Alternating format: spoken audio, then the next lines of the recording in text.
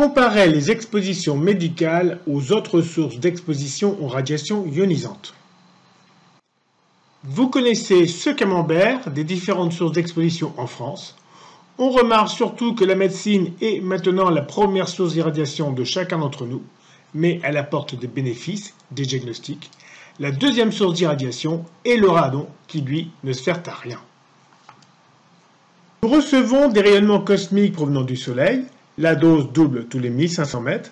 Les personnels navigants des avions le savent bien. Des rayonnements du sol provenant des radioisotopes naturels. L'uranium du sol granitique se transforme en radon, gaz lourd radioactif qui revient à la surface. L'eau et les aliments sont tous radioactifs à travers notamment le potassium 40. Et en médecine, c'est le scanner, la plus grosse source d'irradiation.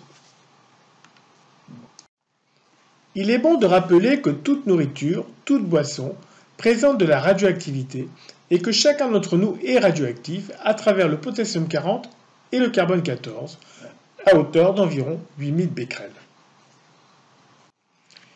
Mais il existe un calculateur de l'IRSN sur Internet, expop.irsn, exposition de la population, qui reprend ces éléments et qui va vous permettre d'évaluer votre dose efficace, naturelle et artificielle reçue chaque année.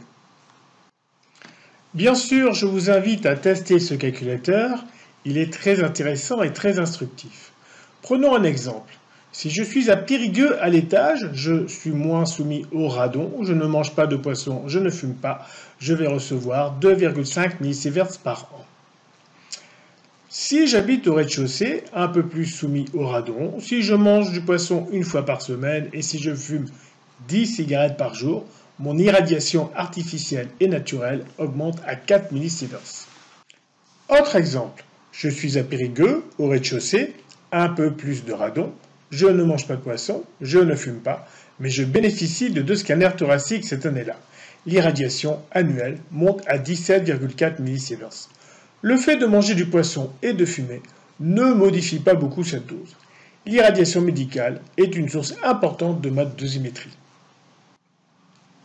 Ce schéma vous le montre bien, la médecine, le médical est la part la plus importante de notre irradiation.